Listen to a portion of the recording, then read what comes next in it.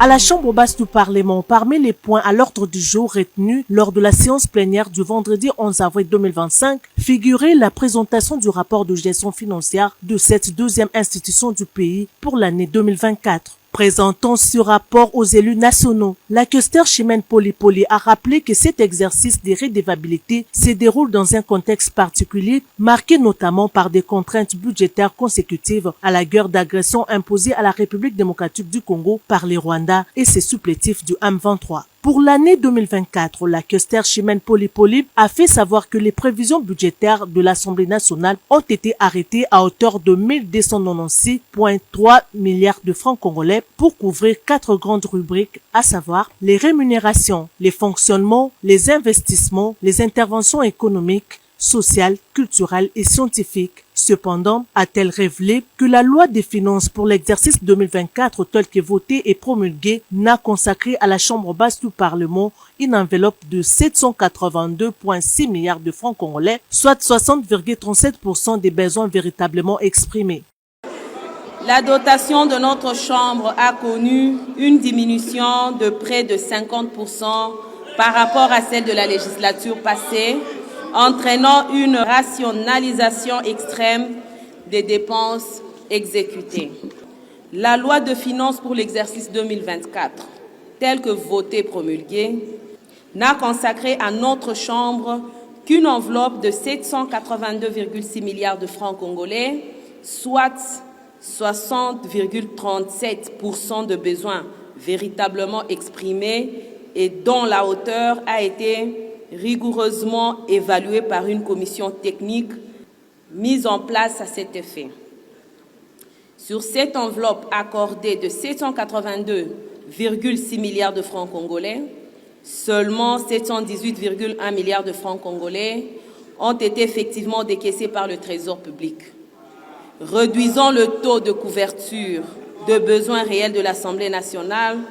à seulement 55,39%, sans compter l'incidence de taux de change. Au courant de l'exercice budgétaire écoulé, notre Chambre législative a fait face à plusieurs difficultés majeures dans la gestion des finances, notamment une dotation mensuelle largement inférieure aux besoins réels, comme je l'ai souligné précédemment, soit 28,8 milliards de francs congolais reçus contre 48,9 milliards attendus. Des contraintes de gestion de la trésorerie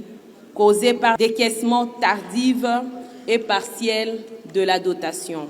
De son côté, le speaker de la Chambre basse du Parlement, le professeur Vital Kamerhe, a salué cette démarche. Il parlait d'un sens élevé de devoir et un attachement ferme au principe de redevabilité et de transparence.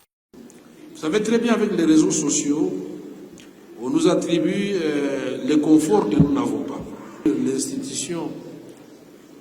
Assemblée nationale, tout comme le Sénat, en tout cas je connais les chiffres de l'Assemblée nationale, nous avons été amputés de près de 50%.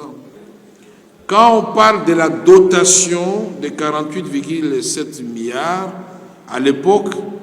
là-dedans, on avait les rémunérations des députés, on avait le fonctionnement de l'administration secrétaire générale et des différentes directions de l'administration de l'Assemblée nationale, le fonctionnement des bureaux. Nous arrivons, le budget, une réduction de 60,37%. Et on s'est compris les rémunérations,